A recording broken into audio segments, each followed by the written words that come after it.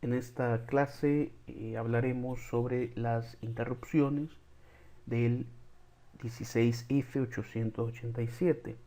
Sobre todo hablaremos de las interrupciones externas, ¿no? Ya hemos ocupado interrupciones, pero no de la manera, digamos, asíncrona en que vamos a ocupar las interrupciones externas. Por ejemplo, cuando ocupábamos los registros timer, borrábamos una bandera, ¿no? Esta bandera era activada mediante una interrupción. Cuando los timers se desbordaban, generaban una interrupción que ponían en uno la bandera de la interrupción de cada timer, ¿no? Entonces, pero era algo que de hecho lo hacíamos sin configurar la interrupción. En este caso vamos a ocupar la interrupción como tal, ¿verdad? Para el caso de los timers no era necesario porque el propósito que teníamos con esos registros era temporizar, ¿verdad? No crear una interrupción dentro de nuestro programa.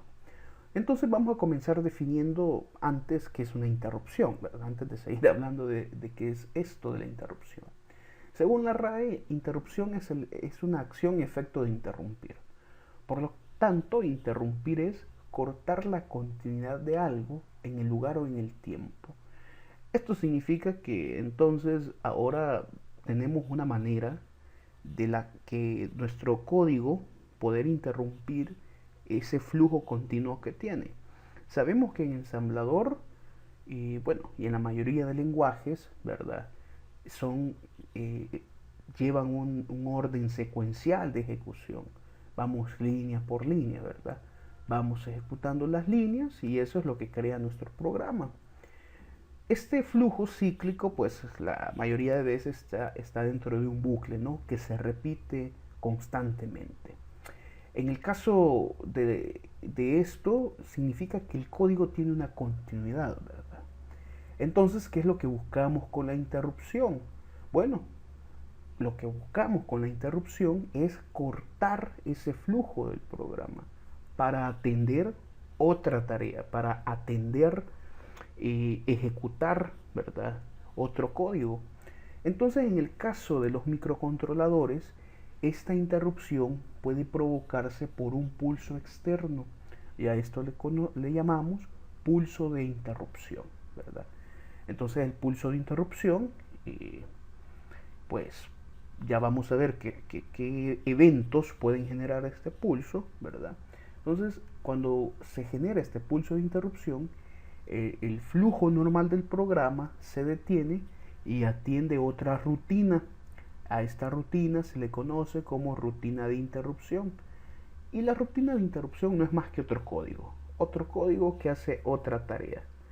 Entonces, una vez se termina la tarea de la interrupción, el microcontrolador retoma la tarea inicial y, bueno, vuelve a su flujo normal, ¿verdad? Entonces, eso es una interrupción, un evento externo que interrumpe la continuidad de nuestro programa. La característica de las interrupciones es que son asíncronas, porque no sabemos cuándo van a ocurrir, ¿verdad? Alguien podría decir, ¿y por qué no estamos evaluando constantemente una entrada digital para tomar una decisión? Puede hacerse. El problema es que el evento puede ocurrir mientras el flujo no vaya por esa línea de código que evalúa la entrada, ¿verdad?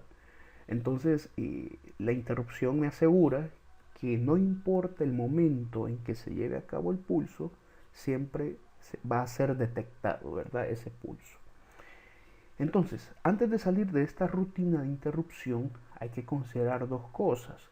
La primera es que hay que borrar la bandera de la interrupción.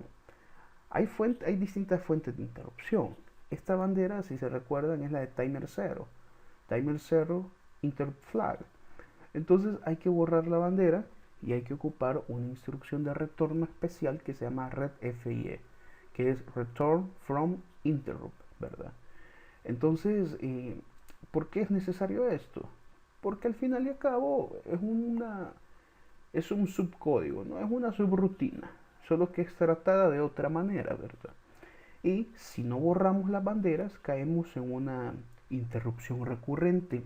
Es decir, que el microcontrolador, si no borramos la bandera, el microcontrolador va a entender que la interrupción ha sido provocada siempre, que siempre se sigue provocando, ¿no? Entonces por eso es necesario borrar la bandera de interrupción. Esto se logra mediante un vector, ¿verdad? Nosotros en nuestros códigos hemos establecido el vector ORG 0x0000 y sabemos que eso se conoce como vector de reset. Cada vez que reiniciamos el microcontrolador, busca este vector y ejecuta este salto incondicional hacia bucle, ¿verdad? O hacia una etiqueta que nosotros hemos programado. La interrupción se comporta igual, tiene un vector también. Este se conoce como vector de interrupción y tiene la dirección 0x0004. Y de la misma manera que el vector de reset hay que establecerle un salto hacia la rutina de interrupción.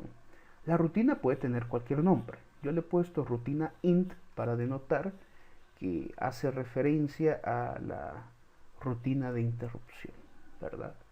Entonces el vector de interrupción se escribe inmediatamente después del vector de reset, ¿verdad?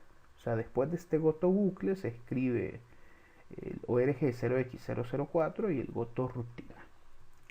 Ahora bien, a manera de bloque, entonces la cuestión será el microcontrolador tiene su código principal que está con el vector 0x0000, el vector de reset. Ocurre un pulso de interrupción y el programa salta al vector 0x004 y ahí atiende a la rutina de servicio a la interrupción. Esta rutina se le conoce como RSI, ¿verdad? Rutina de servicio a la interrupción. Es atendida esta rutina y el programa vuelve a retomar la tarea del código principal. Eso es a manera de esquema, ¿no? Cómo funciona la interrupción. Veamos entonces qué eventos pueden provocar una interrupción en el microcontrolador. Estas se conocen fuentes de interrupción externa porque ocurren fuera del micro. La interrupción del timer, el 0 o el 1, ¿verdad? Son interrupciones internas. Suceden dentro del microcontrolador. Pero estas que vamos a abordar son externas, suceden afuera. El bit, el pin RB0, tiene una interrupción denominada int. Y esta interrupción es provocada por un flanco, ya sea ascendente o un flanco descendente. Y la otra interrupción se conoce como interrupción IOCB, Interrupt on Change, ¿verdad? Que es interrupción en cambio. Y esta interrupción es provocada por un cambio de estado lógico en cualquiera de los pines que estén habilitados del puerto B. La interrupción RB0 int ocurre por flancos, un flanco ascendente, un flanco descendente. En cambio, la interrupción IOCB ocurre por un cambio de estado lógico. Es decir, si de 0 pasa a 1, provoca una interrupción. Si de 1 pasa a 0, vuelve a provocar otra interrupción, ¿verdad? Únicamente es necesario un cambio de estado lógico. Ahora bien, veamos la interrupción int. Esta interrupción se habilita en el registro incon, ¿verdad? Y se habilita con el bit int e, ¿verdad? Interrupt enable. Entonces, con un 1 habilitamos la interrupción y con un 0 deshabilitamos la interrupción. Si queremos ocupar la interrupción, pues es lógico que hay que habilitarla, ¿no? Hay que poner en 1 este bit, ¿verdad? Y luego tenemos la bandera de la interrupción, que se encuentra en el mismo registro intcon, y la bandera se llama intf, ¿verdad? Si este bit se pone en 1, significa que la interrupción ha ocurrido. Si el bit permanece en 0, significa que la interrupción aún no ha ocurrido.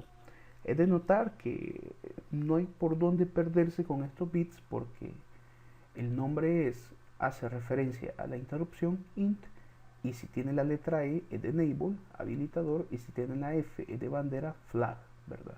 Entonces hay que tener en cuenta eso. Ahora bien, hablamos de que esta interrupción se lleva a través de flancos, ¿no? Entonces, en el registro option reg, en el registro de opciones, hay un bit que se llama int edge, que sería flanco de la interrupción. Si ponemos en 1 este bit, significa que la interrupción la va a provocar un flanco ascendente. Si ponemos en 0 este bit, significa que la interrupción será provocada por un flanco descendente. Un flanco de subida ascendente, un flanco de bajada, un flanco descendente. La interrupción IOCB, interrupción de cambio de estado, ¿verdad? Esta interrupción, en el mismo registro INCOM hay un bit que se llama RBIE, ¿verdad? Entonces, RB Interrupt Enable. Si la ponemos en 1 el bit, se habilita la interrupción. Si está en 0, la interrupción permanece deshabilitada. El bit de bandera de la interrupción se llama RBIF, ¿verdad? Interrupt Flag, y se encuentra en el registro INCOM. Si el bit permanece en 1 o se pone a 1, significa que la interrupción ha ocurrido. Si permanece en 0, no ha ocurrido la interrupción, ¿verdad?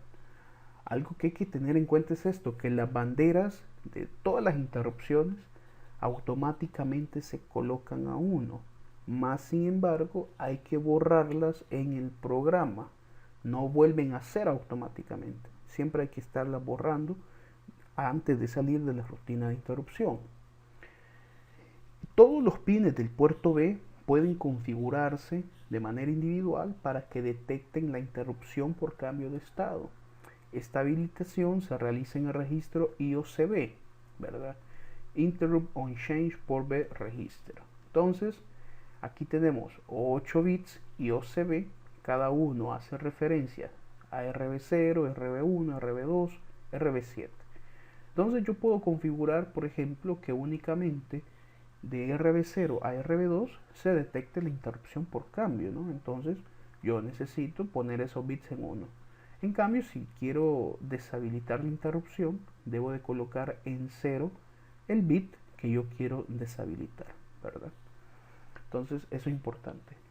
Creo que está de más mencionar que si voy a ocupar la interrupción, ya sea por cambio de estado, la interrupción int, es necesario colocar el pin como entrada, ¿no? Porque de lo contrario no se va a detectar. Además hay que recordar que el puerto B se puede configurar también como analógico, entonces tener en cuenta el registro Ansel H.